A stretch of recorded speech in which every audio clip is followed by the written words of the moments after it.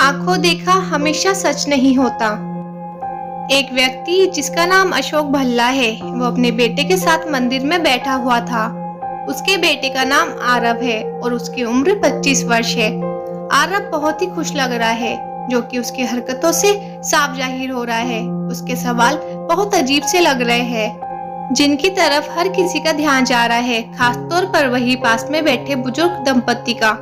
वो चाहकर भी अपना ध्यान आरव से नहीं हटा पा रहे थे। आरव अपने पिता से कहता है, पापा ये गणेश जी ऐसे क्यों दिखते हैं? उनकी नाक ऐसी क्यों है? तब पिता बड़े ही शांत मन से खुशी के साथ अपने बेटे को भगवान गणेश जी की कहानी सुनाते हैं और तब आरव को गणेश जी की नाक, जिसे सूंड कहते हैं, के बारे में पता चलता है। आरव ऐसे कई सवाल करता है, जैसे आसमान का ये रंग कौन सा रंग है, पंछी का नाम क्या है, नदी का रंग क्या है। ऐसे अनगिनत सवाल जो कि बहुत छोटा बच्चा अपने माता पिता से करता हो। वो दंपति को बहुत आश्चर्य होता है और वो दोनों आपस में बातें करने लगते हैं, जिसे देख आरव के पिता को कुछ महसूस होता है, पर वो कुछ नहीं कहते और मुस्कुराते हुए अपने बेटे के सवालों का बड़े प्यार से जवाब देने लगते हैं। दोनों बुजुर्ग दंपति को बेचैनी होने लगती है और वो आरव पागल है ऐसा वहाँ बैठे सभी लोगों से कहने लगते हैं और अपनी जान पहचान में आरव की चर्चा करने लगते हैं। अगले दिन भी दंपति को आरव और मिस्टर भल्ला मिलते हैं और इस बार वो दोनों आरव के पिता के पास पहुंच जाते हैं।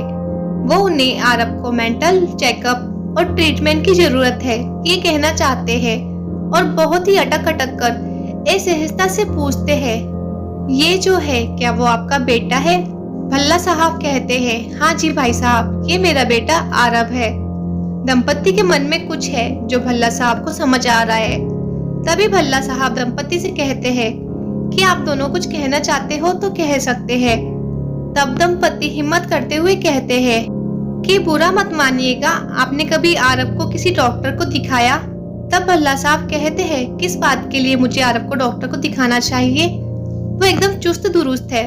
तब दंपति और अचरज में पड़ जाते हैं और संकुचाते हुए कहते हैं, मिस्टर भल्ला, आपके बेटे की कद काठी को देखकर लगता है कि ये 25 वर्ष का होगा, लेकिन इसकी हरकतों से लगता है कि ये कुछ 3 से 5 साल का है। हम समझ रहे हैं कि पिता के लिए यह सच स्वीकार करना बहुत ही मुश्किल है, लेकिन अगर आप इस सच को स्वीकार कर ले और आरव का इलाज करवाए तो शायद परिस्थितियों में बदलाव हो जाए।